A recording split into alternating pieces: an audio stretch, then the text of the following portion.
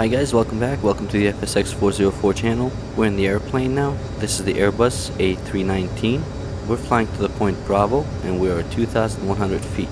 Upon reaching point Bravo, we're going to do a right turn to a heading of 346. Remember, we're going to fly a heading of 346. The only instrument we'll have that's telling us we're going to a heading of 346 is our heading indicator. So we're going to maintain that heading of 346 as best as we can. There's not going to be anything telling us that we're moving away from it, so we have to keep an eye on that heading.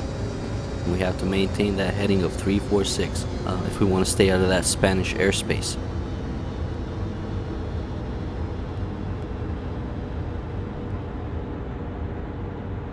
Okay, at this point we're over the point Bravo, so we're going to start a right turn to the heading of 346. Now, at the same time we're starting this turn to a heading of 346, we're going to start a descent down to 1,520 feet. Remember, this is going to be a step down descent, so we're going to descend down to 1,520 feet, and we're going to maintain that 1,520 feet until we're 5 miles away from the airport.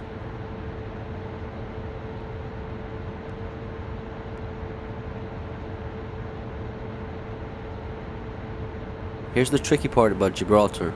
We are supposed to have a radar inside our airplane that tells us our distance from the airport. In case we don't have a radar, the ATC would let us know our distance from the airport. In this Airbus, you can see in our display that we can put the Gibraltar airport on there. We just engage the airport button here and it'll give us all the airports in the area. The second thing to note is that on this radar display we have distance lines. Right now the Gibraltar airport is in between 7.5 and a 5 mile distance. So now that we're at 1,520 feet, we're going to maintain that 1,520 feet until the Gibraltar airport touches this 5 mile mark. Once the Gibraltar airport touches the 5 mile mark, we'll treat that point as our final approach fix, meaning the landing gear will come down, we'll do our pre-landing checklist.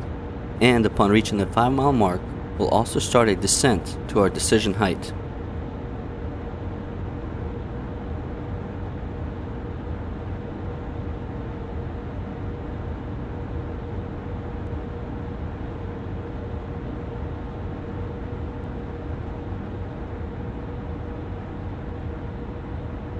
So, okay, here's the 5 mile mark, landing gear down.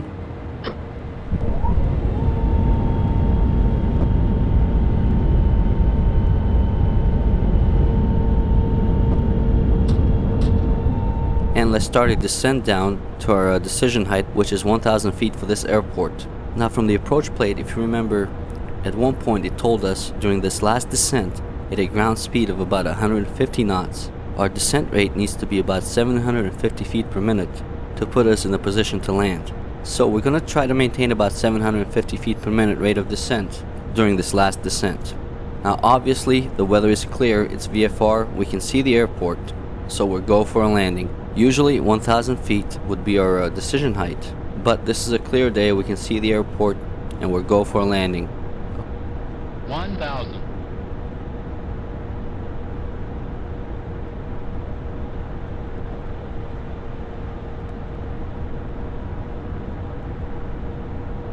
Okay, after 1,000 feet, we can put the full flaps in, and at this point, we're going to start looking for that flashing light that's going to help us align with the runway. Remember, this is going to be a visual approach, so we have nothing but our own eyes to help us line up with this runway. We're going to use the little flashing light to help us out, but we need to line up with this runway visually. Okay, we can see the PAPI lights at this point. Okay, there's the flashing light, we have it. Let's start a gentle turn to line up with the runway. It's going to be a nice shallow turn. The PAPI lights are live.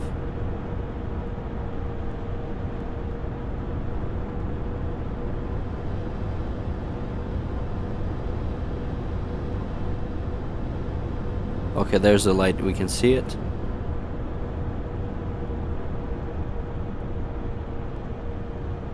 We're on the glide slope. And the last thing to remember about this airport is that once we get down, those winds are going to push us all over the place. Just being lined up with the runway is not going to be enough in this case.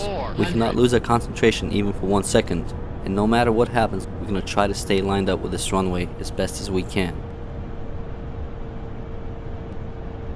300. Okay, there's that first turbulence. 200.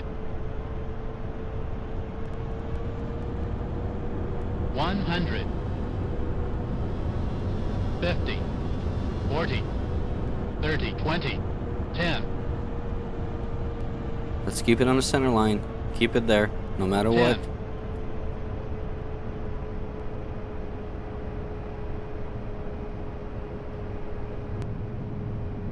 Okay, here we are, reverse thrusters. That was a ride, wasn't it? Try it out, it's a lot harder than it looks. Anyway, let's take a look at our flight path.